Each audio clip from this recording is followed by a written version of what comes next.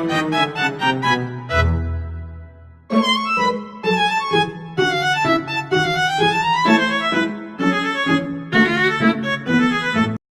warahmatullahi wabarakatuh. Waalaikumsalam warahmatullahi wabarakatuh. Yang saya hormati Ibu Resti SPD selaku guru pembimbing mata pelajaran agama Islam. Yang saya banggakan teman-teman kelas 12 B4B. Izinkan kami dari kelompok 1 yang akan membahas materi bab 1 tentang sabar dalam menghadapi musibah dan ujian. Sebelum memulai presentasi kami pada pagi hari ini yang cerah, izinkan kami memperkenalkan diri terlebih dahulu. Perkenalkan, nama saya Rizky Prawira sebagai moderator. Saya Nazia Aisyah sebagai penjawab. Saya Rahma Lamira sebagai pemateri. Saya Rahmat Madri sebagai penjawab. Saya Raira Humaira sebagai nuklen. Saya Pidana Zazara sebagai pemateri. Sebelum memulai materi pada hari ini, ada beberapa peraturan yang ingin saya sampaikan. Yang pertama adalah, saya harap kepada para audiens untuk mematikan HP. Off-kan HP-nya. Saya harap juga untuk menyimak presentasi kami pada pagi hari ini. Dan juga, jika ada yang ribut, maka itu akan dilihat oleh letusan dari kami. Sebelum memulai presentasi pada pagi hari ini, ada baiknya kita membaca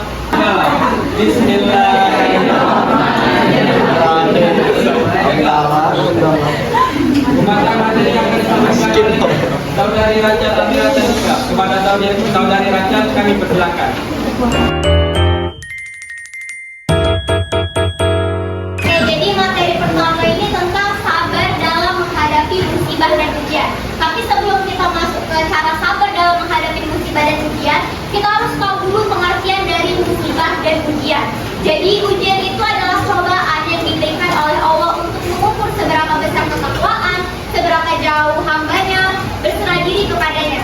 Sedangkan kalau musibah itu lebih identik dengan teguran berupa kejadian yang tidak menyenangkan atas hal-hal yang sudah dilakukan oleh manusia. Jadi contohnya seperti bencana alam, gempa bumi, dan banjir. Nah, contohnya itu kalian bisa lihat pada halaman 5 sampai halaman 6 contoh dari musibah dan ujian.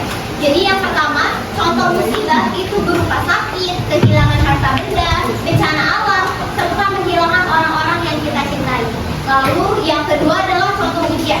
Jadi contoh ujian ini dibagi lagi menjadi dua. Ada ujian dalam bentuk masalah, kelaparan, dan kekurangan harta. Juga ada ujian dalam bentuk nikmat.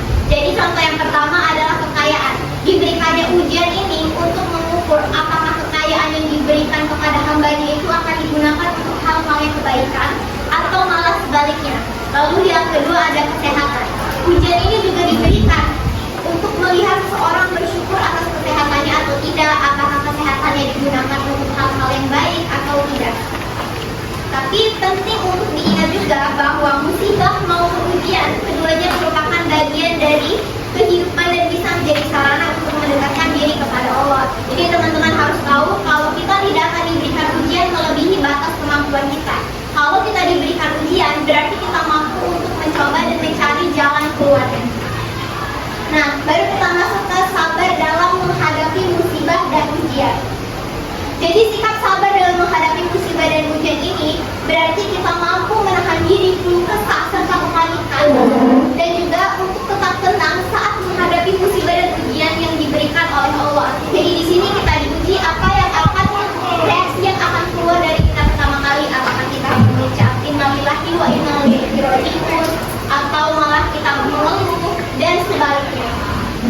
Nah, jadi setelah kita mengetahui pengertiannya, ada hal-hal sabar dalam menghadapi musibah dan ujian itu bisa kalian lihat pada halaman 6. Nah, jadi yang paling terpenting adalah bersabar, berdoa dan berupaya mencari solusi.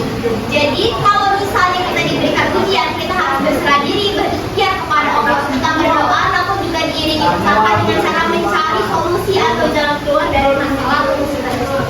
Terus slide kedua ini ada firman Allah pada surat Al-Baqarah ayat 155 sampai 156 tentang musibah. Artinya, kami pasti akan mengujimu dengan sedikit ketakutan dan kelaparan, kekurangan harta jiwa dan buah-buahan. Sampaikanlah wahai Nabi Muhammad kabar gembira kepada orang-orang yang sabar, yaitu orang-orang yang apabila ditimpa musibah mereka mengucapkan innalillahi wa inna ilaihi raji'un. Nah, jadi maksud dari surat Al-Baqarah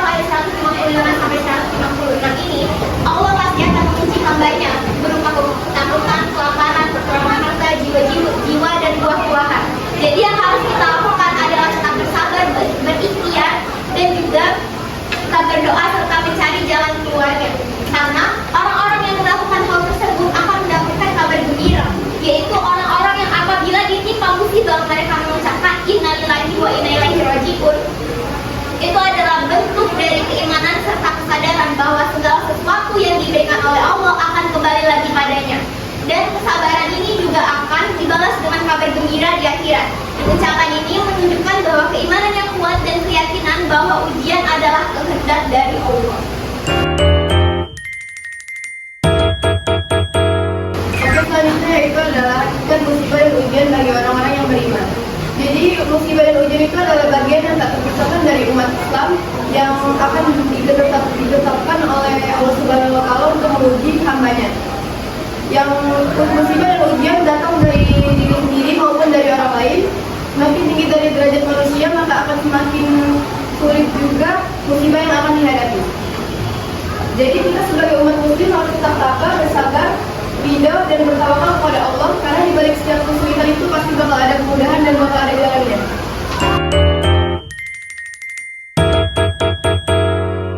Yang terakhir itu ada hikmah musibah dan ujian bagi orang-orang yang beriman. Ada di makalah halaman 8. Yang pertama itu kita akan senantiasa dicintai oleh Allah Subhanahu wa Ta'ala. Kita akan memperoleh pahala yang banyak, menjadi semakin teruji ketika ada musibah lain, dan kualitas keimanan kita akan bertambah, serta meningkatnya derajat umat Islam di sisi Allah Subhanahu wa Ta'ala. Demikian, setelah pembacaan materi ini, kami akan membuka sesi tanya jawab. Dimohon untuk seluruh kelompok memberi pertanyaan kepada kelompok kami. Baik, dari kelompok siapa? Silakan berdiri dan memperkenalkan diri.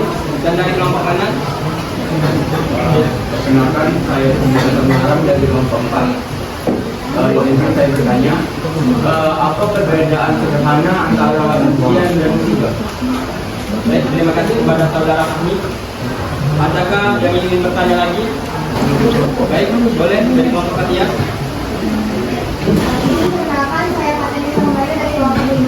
Saya ingin bertanya, tadi dari kelompok 1 menjelaskan bahwa ujian itu datang untuk orang-orang yang beriman. Saya ingin bertanya, apakah orang yang tidak mendapatkan ujian itu dikatakan sebagai orang beriman atau tidak, dan kenapa dia tidak dikatakan sebagai orang beriman atau tidak?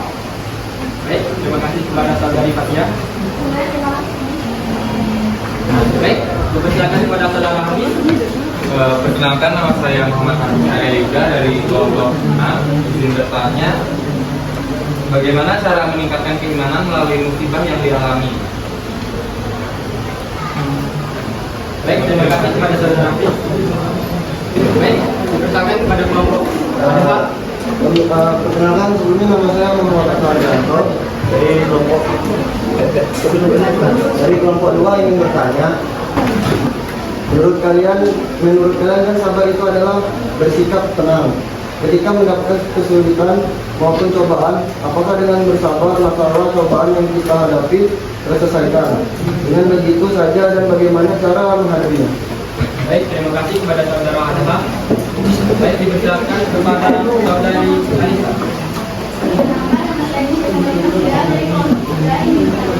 Mengapa sabar dalam menghadapi musibah dan ujian itu dapat dikenal?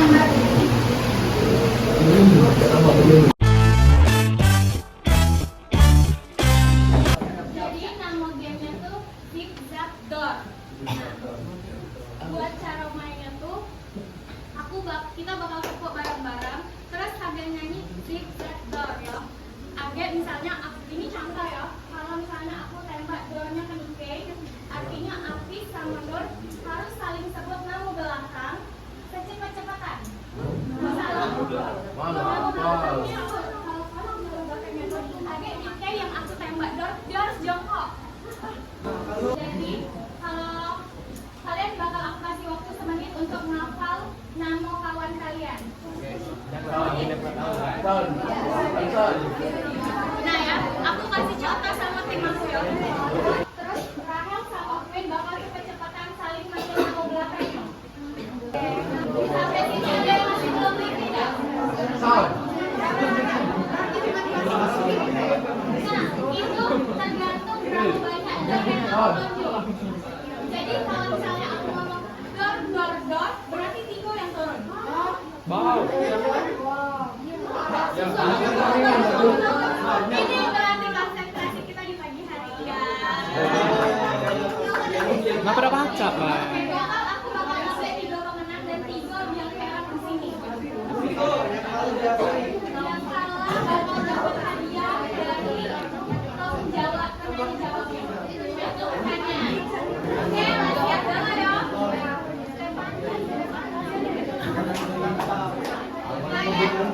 kami membuat nyanyi lagu Sabda ya. Oke,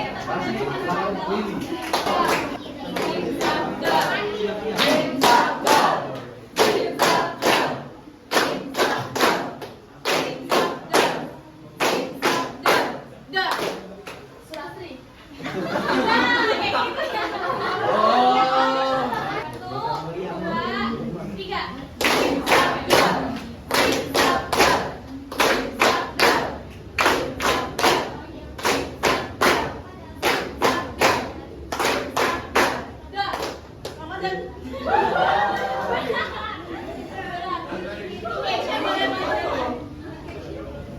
Berarti kita masuk ronde 2, yaitu dornya bakal ada 2. Oke, 1, 2,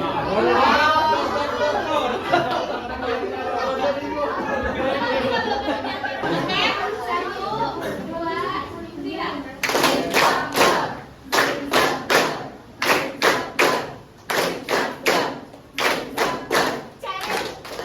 Dari Pak, Ramadan. Dari Pak. Kita maju sebagai dia.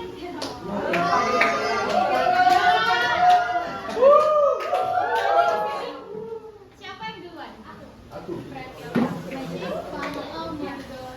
Berarti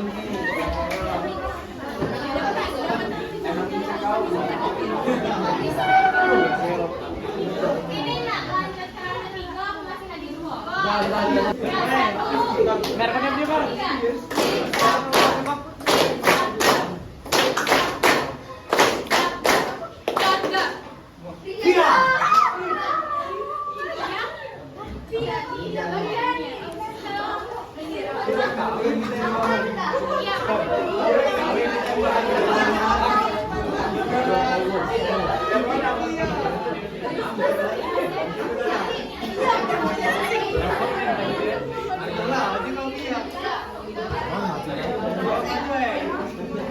Oke, mulai ya.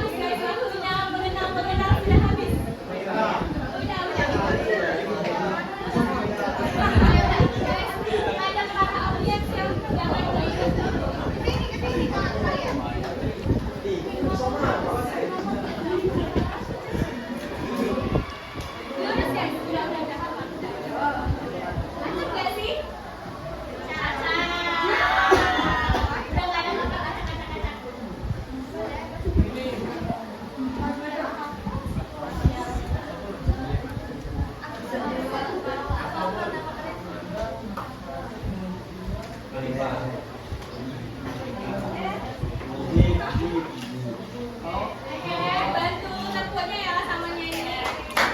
1, 2, 3.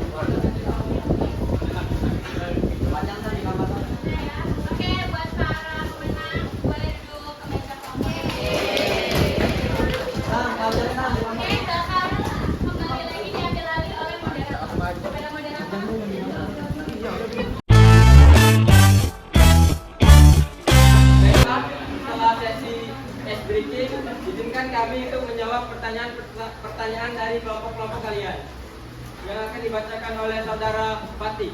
Pada saudara Fatih saya persilakan. Baik, di sini saya akan membacakan jawaban kami dari kelompok 4.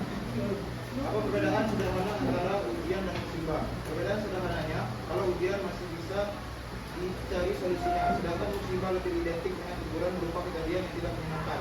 Contohnya bencana alam gempa bumi, banjir. Apakah puas? Baik, saya akan menjawab kelompok 5, yaitu Fatia. Apakah orang tidak mendapatkan ujian sebagai orang beriman atau tidak? Orang yang tidak dapat ujian disebut istidraj. Orang-orang yang tidak diuji mendapatkan segala kenikmatan, tapi Allah tidak peduli lagi dengannya. Apakah jelas? Berarti dia tidak termasuk kalau orang yang beriman. Saya menjawab kelompok 6 dari hati. Bagaimana meningkatkan keimanan dalam musibah yang dialami? Mendekatkan diri kepada Allah Subhanahu wa Ta'ala, bersabar, bersyukur, dan berprasangka baik terhadap ketentuannya. Mendekatkan diri kepada Allah, memperbanyak ibadah, memahami dan merenungkan makna ayat-ayat Al-Quran, bersabar, menerima dengan ikhlas, berpikir positif, bersyukur atas nikmat yang diberikan. Apakah sudah jelas? Oke, saya akan menjawab pertanyaan dari kelompok 3, yaitu Anissa. Mengapa dalam menghadapi ujian kita mendapatkan ketenangan batin?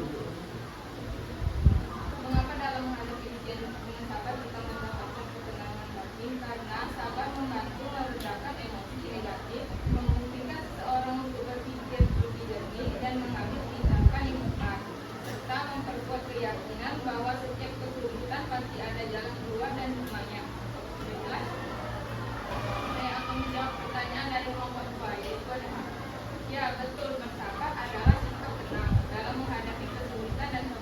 bukan hanya sekedar diam dan menerima.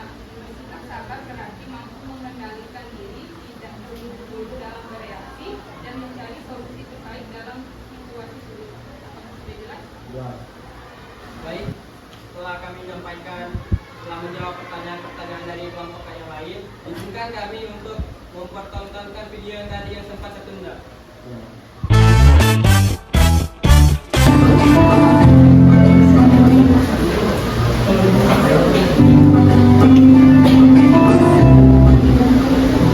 Allah Subhanahu wa Ta'ala mengutus Nabi dan Rasul untuk menyerukan kebenaran pada seluruh kaum di muka bumi.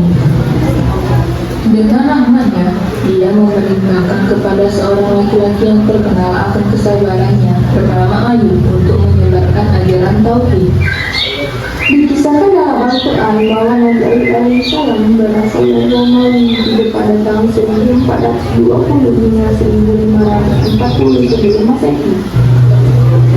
Allah Subhanahu wa Ta'ala mengutus beliau untuk mengajarkan kepada masyarakat bulan di sekitar Yordania dan Syria agar menyembah Allah Subhanahu wa Ta'ala, Tuhan semesta alam. Semasa hidupnya Allah memberikan kelimpahan materi kepada Nabi Ayub alaihissalam. Beliau juga dikaruniai badan sehat, kepala, anak keturunan yang berbakti serta istri yang setia. Menurut para ulama, nama istri Nabi Ayub adalah Rahmah bin Affan bin Yusuf. Sebagai orang kaya raya di masanya, Nabi Ayub memiliki tanah dan bangunan yang begitu luas di daerah Basnia, negeri Turan. Tidak cukup sampai di sana, beliau bahkan memiliki bermacam-macam hewan ternak dalam jumlah yang sangat banyak seperti sapi, kuda, unta, keledai, dan kambing. Meskipun memiliki harta yang berlimpah, namun Nabi Ayub tetap rendah hati dan rajin menyantuni anak yatim, janda, kaum duafa, ibu sabil, dan orang-orang miskin sebagai bentuk syukur kepada Allah Subhanahu wa Ta'ala. Kesabaran dan rasa syukur yang dimiliki oleh Nabi Ayub alaihissalam membagi sendiri. Ia meminta izin kepada Allah Subhanahu wa Ta'ala untuk menggoda keimanan sang nabi. Lantas apa yang dilakukan oleh iblis dan bagaimana Nabi Ayub alaihissalam menghadapinya? Allah mengabulkan permintaan iblis dengan memberikan ujian kepada Nabi Ayub. Ujian pertama yang beliau terima adalah penyakit kusta di sekujur tubuhnya.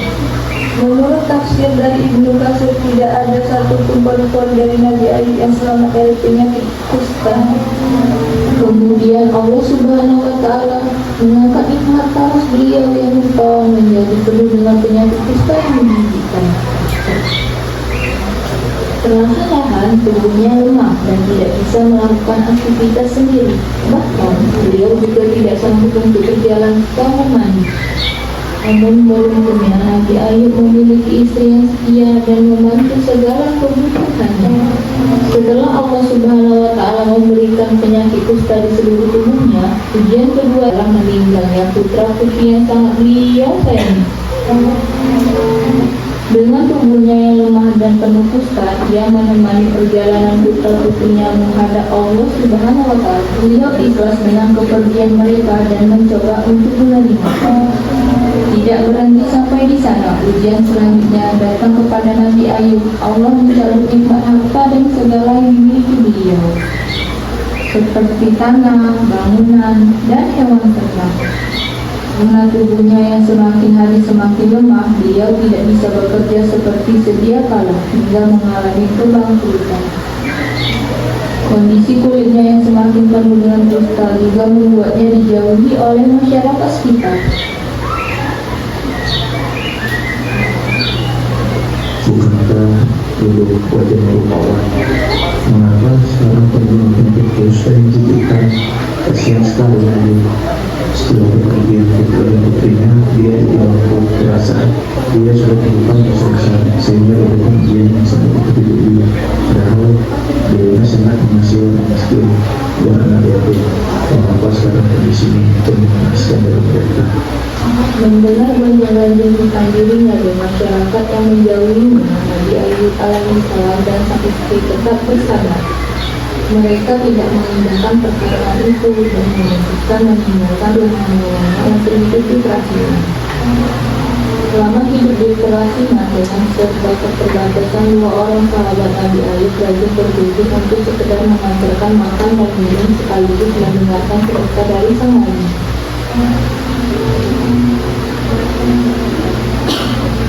Meskipun ujian yang diterima oleh Nabi Ayub alaihissalam begitu berat, namun rasa syukur dalam dirinya tidak pernah hilang. Semakin hari kondisinya semakin lemah, dia dan sang istri tidak memiliki lagi sepeser uang untuk membeli makanan. Sang istri juga merasa kasihan melihat kondisi suaminya, sehingga pada suatu hari ketika membawakan makanan untuk Nabi Ayub, dia mengusulkan sesuatu.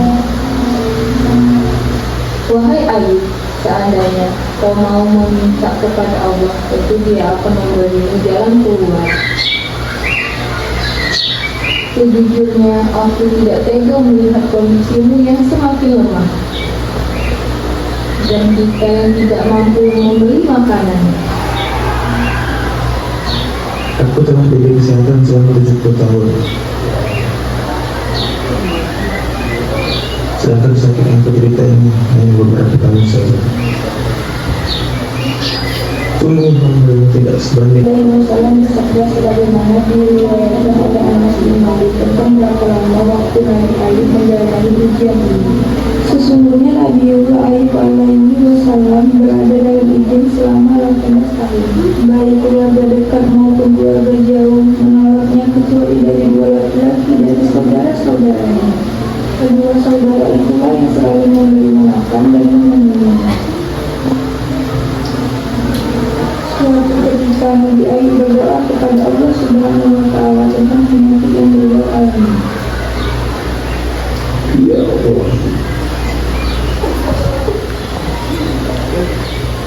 sungguh aku telah ditimpa penyakit.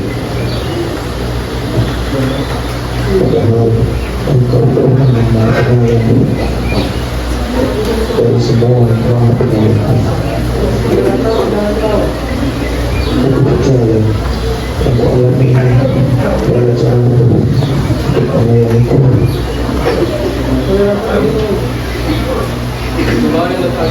Dan aku beriman kepadamu dengan apa itu.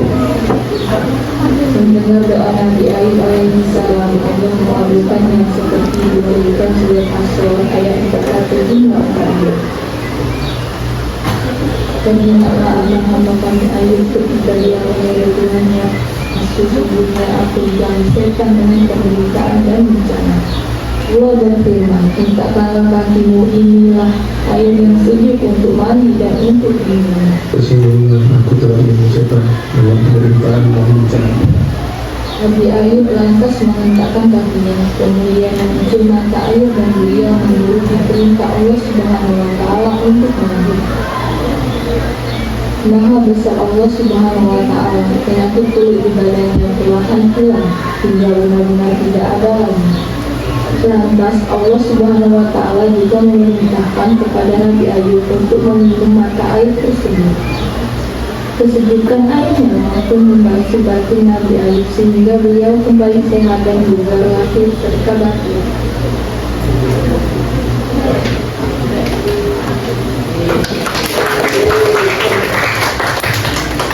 Baik, selanjutnya kesimpulan yang akan dibacakan oleh Katulen kepada saudara Rara dan silakan.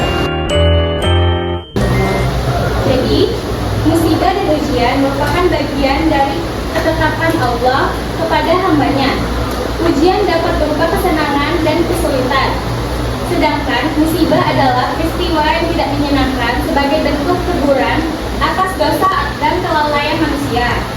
Kedua hal ini hakikatnya adalah cara Allah menguji keimanan dan ketakwaan